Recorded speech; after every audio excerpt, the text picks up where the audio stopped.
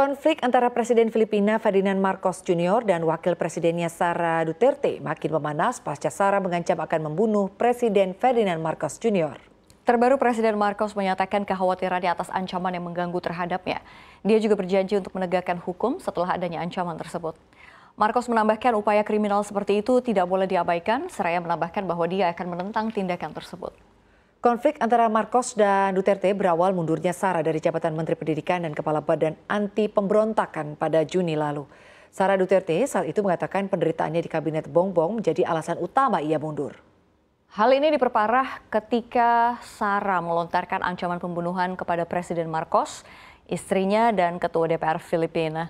Namun tidak lama kemudian Sara mengklarifikasi pernyataannya tentang rencana pembunuhan Marcos. Politikus asal Filipina Selatan itu merasa pernyataannya telah diartikan di luar konteks. Ang mga pahayag na narinig natin itong mga nakarang araw.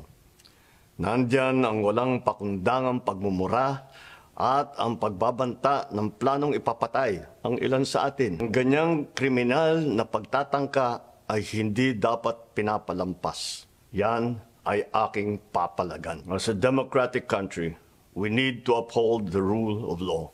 We don't trust anyone anymore in this country. We don't expect justice anymore in this country. This is clear political harassment. This is clear political persecution. Pag-threat sa'yo, wala. Pag-threat sa kanila, national security.